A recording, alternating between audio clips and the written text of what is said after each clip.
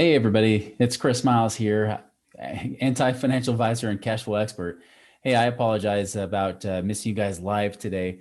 Really wanted to, and naturally, just like the topic of today, it's about creating that ripple effect through our family, right? Creating that perpetual wealth. And I'll tell you, I had some great hard lessons for some of our kids to learn today. So I apologize that it infringed on your guys' time for us to be able to be face-to-face live, but I at least want to be able to provide some value this way and be able to teach you exactly what I had planned for you and prepared for you for this week, literally a couple hours. So definitely excited to be able to share that with you today. And if anything, I want to stress the importance that family is really like the key thing here. This is not just about creating wealth and just passing on money. It's about something much more. It's about passing on us, right? Passing on our legacy, passing on values. And that's what we're really going to talk about today. So anyways, I'm going to share my screen and just kind of dive right into this sucker. So anyways, here we go. All right. So you know who I am, obviously, Money Ripples, Chris Miles. You probably got a little bit of an introduction for me already. To go deeper into this, there we go. So semi-retired. I'm a podcast host of the Chris Miles Money Show. I definitely recommend you guys check it out if you haven't already. Like I said, I'm the anti-financial advisor. So I'm actually a recovered financial advisor. I used to teach the traditional things of spend nothing, save everything, save it forever for the long haul. And then hopefully someday you might have something. And the truth is, after being in that world almost 20 years ago, after a few years of doing that, I realized that it really didn't work. And realized that those that are actually wealthy do something much different, much different than what's taught by mainstream financial media and financial advice. And so I actually left that in 2006, was able to do some of the opposite things. I was able to retire the first time. Then I went through the recession during like 2007 through 2009. That kicked my butt and got me to go from being out of the rat race to back into the rat race. I was over $1 million in debt, had to dig back out of that hole, didn't file for bankruptcy, but I did have to pay back that money and help get myself to a positive place again, to the point where by the end of 2016, I was able to retire once more. So that's twice now. I've been able to be retired. And now really I'm on that mission to create that ripple effect in people's lives, right? And especially creating that wealth, not just for me or for my family, but for really the world. And that's my focus. Not for every single person in the world, but for those around the world, including you, those of you that want to do something different. You want to go beyond the status quo and do something greater with your life than just survive. It's about thriving. It's about prospering and abundance. And that is what I'm really about. Speaking of abundance, as you can probably tell from the photo, although one is missing in this photo here, I have 8 kids. 6 are my own birth children. 2 are bonus children from my wife. My wife and I just married and blended our families together 4 years ago. So we've got kids from the age of about almost 5 all the way up to almost 17 now. And so that's kind of our wonderful, beautiful family we've got. I live in Utah in the United States here most of the year, snowbird in the winter. So every winter, about every January or so, we tend to go anywhere warmer than where we are right now. So when everybody comes to Utah to ski, we get out of here. We go somewhere warmer. I love investing in real estate, business, and things of that nature. Really, my whole message of what I teach is about creating passive income and cash flow, which is really what I was able to do for myself to help create freedom for myself. And that's what I teach others to do. And a little side note, I'm a former ballroom dancer. I was actually one of the United States is one of their top amateur ballroom dancers just about 20 years ago. So kind of interesting little side note for you there. So I want to talk about perpetual wealth. Just so you know, it's hard to get all my family in one photo. I don't know what it is. We have like this photo curse that we can't just get everybody all together at once. So this is a photo we took last year with there's 2 of my boys right there, plus the other boy that's you can see in that other photo with all those girls. So with my wife, she has 2 girls and I have 3 boys and 3 girls as well. And we have this just massive Brady Bunch together, right? And I'll tell you, like the importance for me is, and I want you to consider this too, is really what's your legacy? What is it you're trying to create? If I were to ask you right now, and definitely ponder on this question is, of of everything. Let's just to say you knew you had 30 minutes left on this planet, just 30 minutes left, a half an hour, and your family happened to be there. What is it you would teach them? Would you be teaching them where you did your investments, where you made your money? Or would you be teaching them something more? Would you be teaching them about what kind of life they live, or what kind of people or good citizens you want them to become, right? And then that's the thing we find across the board is that, most of the time people don't want to just teach about money. Now, granted, we want to do that, and I love that, and I'll teach you about that a little bit here as well, of what principles I teach or to my family, and also what, even about finances and money too, which definitely, depending on the stage they're in, does take some time. But the thing I want you to consider is, what are those values that you would want to pass on? If you only had 30 minutes left with your family, what would you say to them? What would you hope that you could pass on as those words of wisdom, those nuggets, those golden nuggets that you could pass on, right? That's the thing I want you to consider too. Now, the thing is that most people never go this far. I mean, most people, if they're even lucky, I mean, maybe they'll teach their children and actually spend a lot of time teaching. That's what happened with me today, is we had some really major lessons that had to be taught, and it had to take priority. And sadly, even over my business. I say sadly, just meaning because I know you guys were, affected by that. But it was definitely a priority, and that's what we had to do.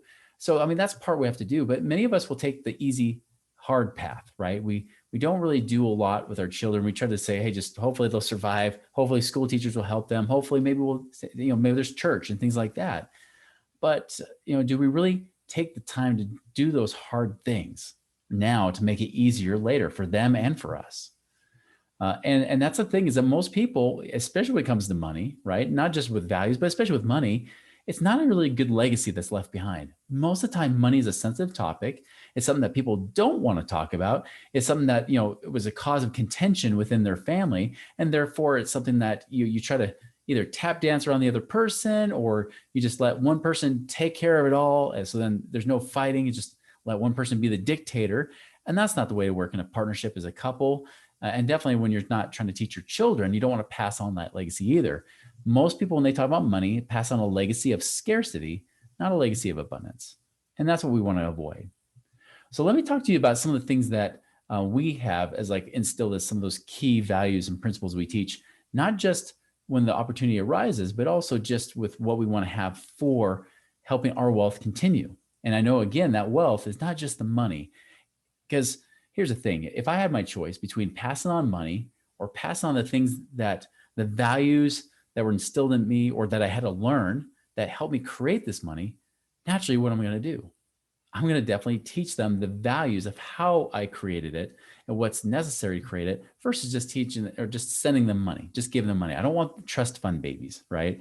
I want to be able to send that money to them in a way that actually they're wise stewards of that money, right? So principle number one that we teach here is that it's faith in God and self.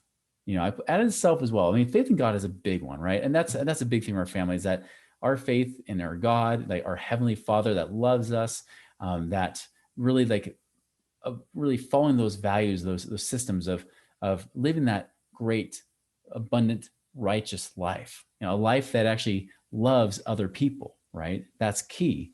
But also you have to have a faith in your own self too. Like you had to be able to trust yourself and believe in yourself to be able to create something amazing. And so it's not just believing in God. It's not just this professed faith. It's actually acting upon it. It's actually living the life that's actually aligned with abundance, a life of love and service and legacy. And that's what we really want to teach. And that really includes them to believe that they have superpowers, that they have something amazing to give, that they have these God-given gifts and talents that they can share with the world, with their family and everyone else, that ultimately leaves this planet better off because they were in it, versus them making it worse off when they're in it, right? It's all about leaving an amazing footprint on this planet. And so that's really what that's about.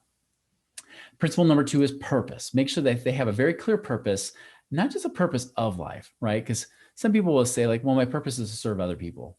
Well, duh, that's everybody. We're all here on this planet. I truly believe that we're all here to make it a better place, to actually serve and make a difference in people's lives.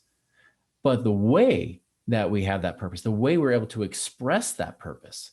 Now that is unique to each individual. And my purpose is definitely not their purpose and nor ever will be.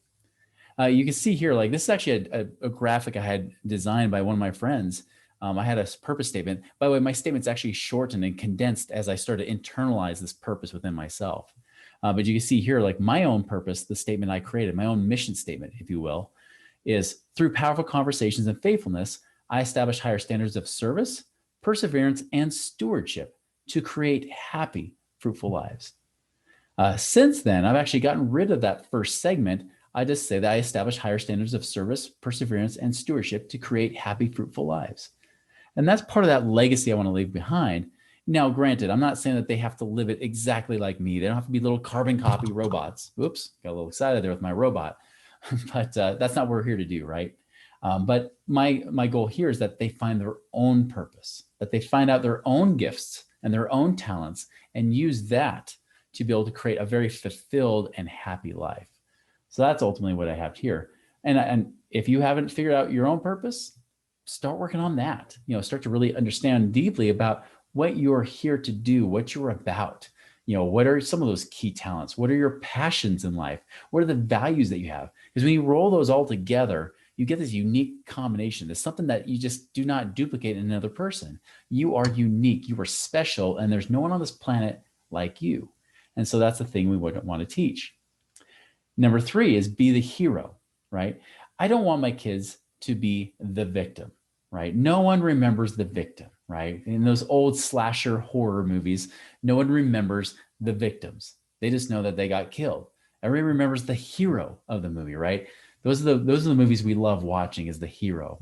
And I want to teach my kids to be the hero, to be someone who's not believing that life happens to them, but they happen to life, that they're able to control their destiny. They can't control all the world. They can't control elections or anything else crazy that happens.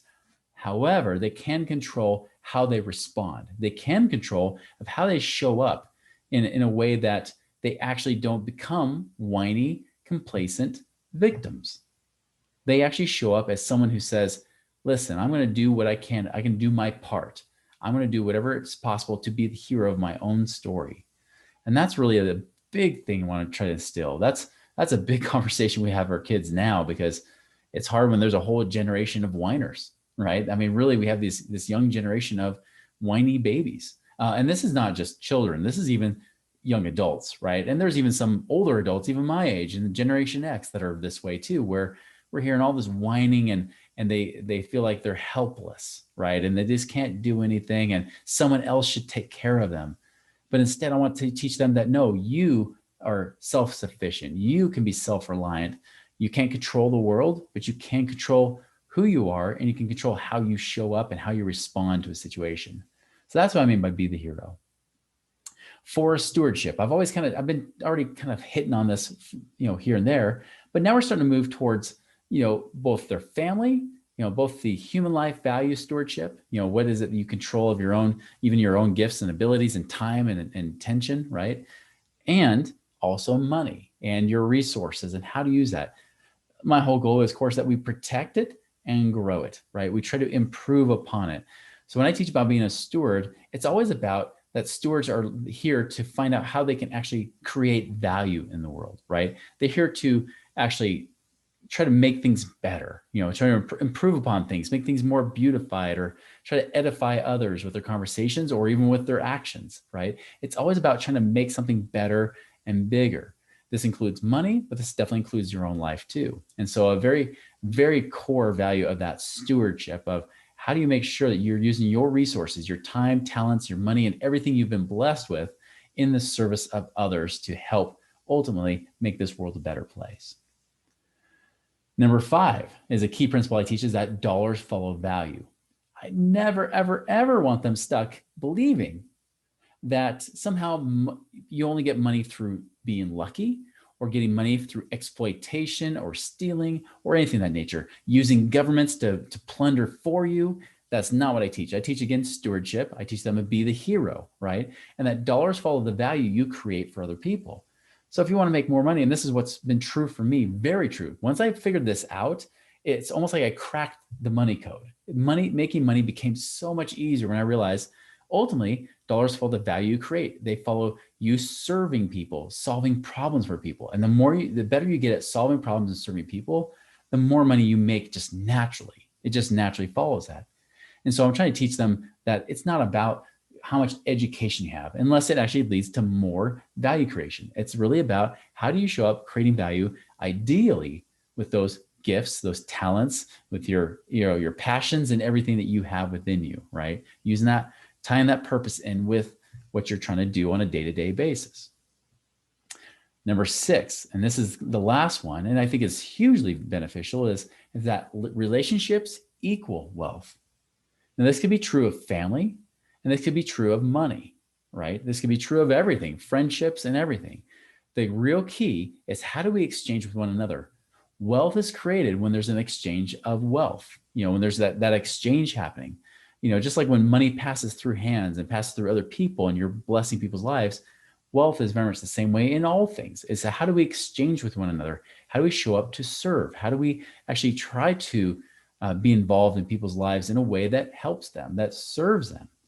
And really understanding that humans are ultimately the real riches in our lives. It's the people. It's not the things or the stuff. That stuff doesn't matter, because I know I've had all that stuff taken away and I've gotten stuff back because, again, as I value relationships, as I value people over money, as I value showing up in a way that blesses people with the value I can provide for them, therefore, we're all enriched. We all become wealthy, or we all become more abundant and prosperous together.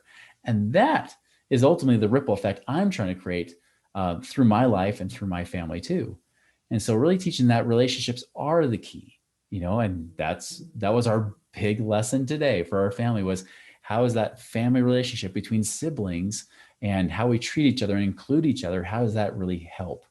And these are not always the easiest of conversations, but man, are they so essential, especially when the light bulb clicks, right? This is not something that stops. I mean, this is something, whether you have grown children or young children, it's easier to start them when they're young, of course, but they're not going to get it overnight. You got to start simple and easy and build that up. And same thing as they become adults, you got to keep building upon that and hoping that, of course, something sinks in, right? And we can't force our children to do anything, or our grandchildren, but we can try to do the best we can to first and foremost live in that example, and then letting that example shine through and help teach through word and deed. And that's ultimately the action steps I'm giving you guys to do today, is start now, is teach through word and deed, live by example, and then also take the time to teach them too. And it might be you draw pictures, maybe your words or them, because they're a more visual learner, maybe using pictures is a great way to help teach it, or videos, whatever it might be. By the way, we love YouTube. I can't tell you how many times we turn on something on YouTube to help teach a principle, right? It doesn't have to be all us. There's so many resources out right now. You can use that. I tell people, I'll tell you the reason I actually started my podcast initially, when I started doing my very first podcast back in 2008, 12 years ago, I was actually doing this because I wanted something that in case I died young, I could have my kids listen to, right? Like something they could have that their dad was able to teach that maybe they were too young to know at the time, but then they were able to get later on. It was really just a way to help perpetuate and allow something to be evergreen, something to be there that they can learn from. And then 2, of course, it's a benefit if I could have my own clients that keep asking the same questions over and over to say, here, learn this, right? It's kind of like what I'm doing here with this video. Rather than teaching you one by one, let's teach all of you this kind of thing. So 1 is teach through word and deed. Take the time to invest in your family first and foremost. 2 is to create an estate plan, right? To have an estate plan. And of course, I know with different countries, there's different laws, but really work with an attorney to figure out how to develop that estate plan, not to only pass on money, although that needs to be addressed too, but to pass on values, right? And there's lots of different ways you can do it. Like I mentioned family bank here as well. We talk about using life insurance and stuff, but it's beyond just life insurance, beyond just trying to pass on money. It's also about how do we pass on values? Can you say things like, hey, as part of this estate, we want you guys to study certain books, read these books, or like I mentioned, like my own podcast, listen to these things, right? Can we have some things where we might say, listen, there's a board of directors. You can even go as crazy as having a board of directors where those people, the money's within the estate, right?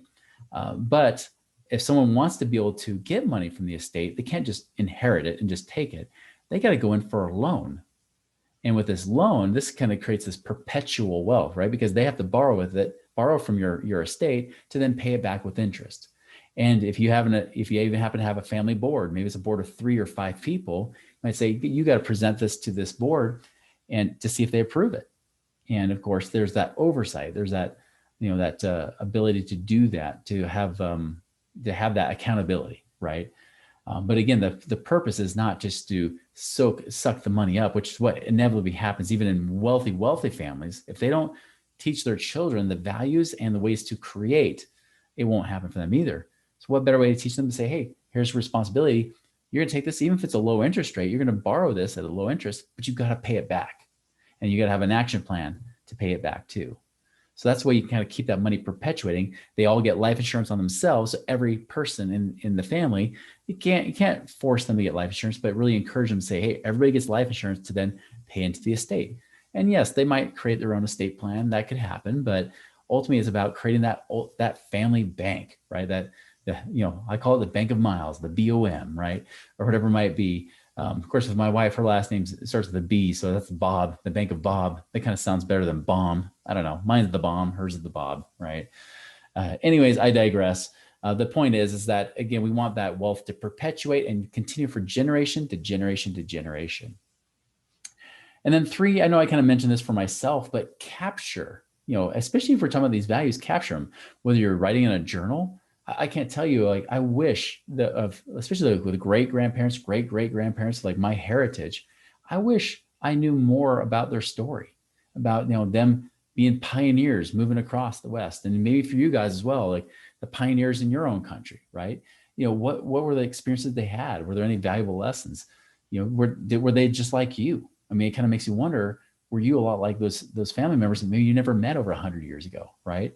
So that's what journals can be, videos. I mentioned my podcast. You can do audio recordings. I've done that too, where I've actually kind of had my own journal, but did it in an audio format. And because I hate writing, I hate typing, but I love speaking, right? So you could capture it different ways. Videos is a great way too. Now, I'll tell you, there's a famous basketball, he's since passed on. He was a famous basketball coach named John Wooden for UCLA here in the United States. One of the biggest, most popular coaches out there for basketball, right? Well, I remember this was in 2007. I remember that there's an attorney that came that was teaching about this whole family bank and perpetual wealth. And he said, hey, watch these videos. And this video was actually of John Wooden, shortly before he passed away. He was 90 years old. And on these videos, he was actually teaching life lessons, which, by the way, if you ever look up John Wooden quotes, he's got plenty of life lessons, not just for sports, but for life. And he started teaching these life lessons. I only got to see maybe 10 minutes of this video, and I was craving for more. I wanted to be his grandson. I wanted to be adopted in his family. And that's the cool thing he did, is he actually recorded on video to pass it on. I actually found here locally, here in the United States, I actually found a group that will record or help you even video record. Either you go on site there to their location, or they can come to you, but they can actually record you and help record these videos. They'll even help you script it, so you don't have to just come off the, do it off the, just off the top of your head.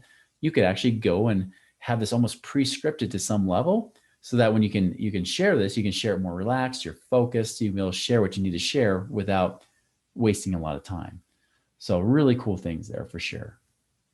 So anyways, guys, I want to end with this. What's your legacy? What is it you want to leave behind? This is not just about me. I have my own principles. You can take them or leave them.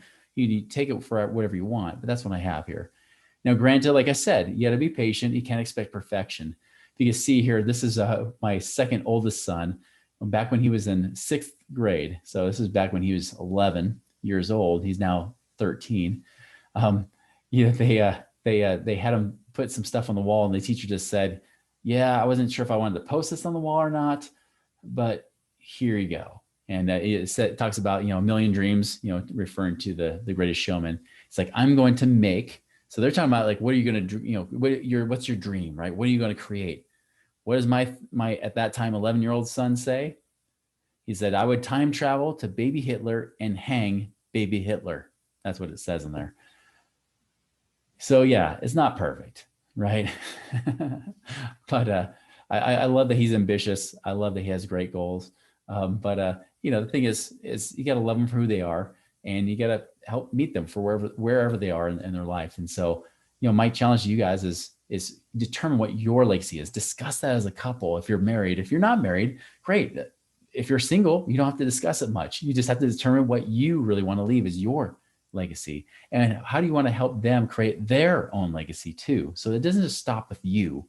This perpetuates from generation to generation and just gets better and better and better. And that is the ideal I want to share with you guys. So again, this is my greatest asset, not my money. I mean, yes, I can make that, but I can lose it all and make it back again. The greatest asset is my family and what I can be able to pass on to them, allowing them to become abundant, prosperous, amazing people. And that's what I wish for you guys as well. So anyways, guys, I appreciate you, being a part of this. I hope this was valuable for you. And anyways, we'll talk to you later. We'll see you.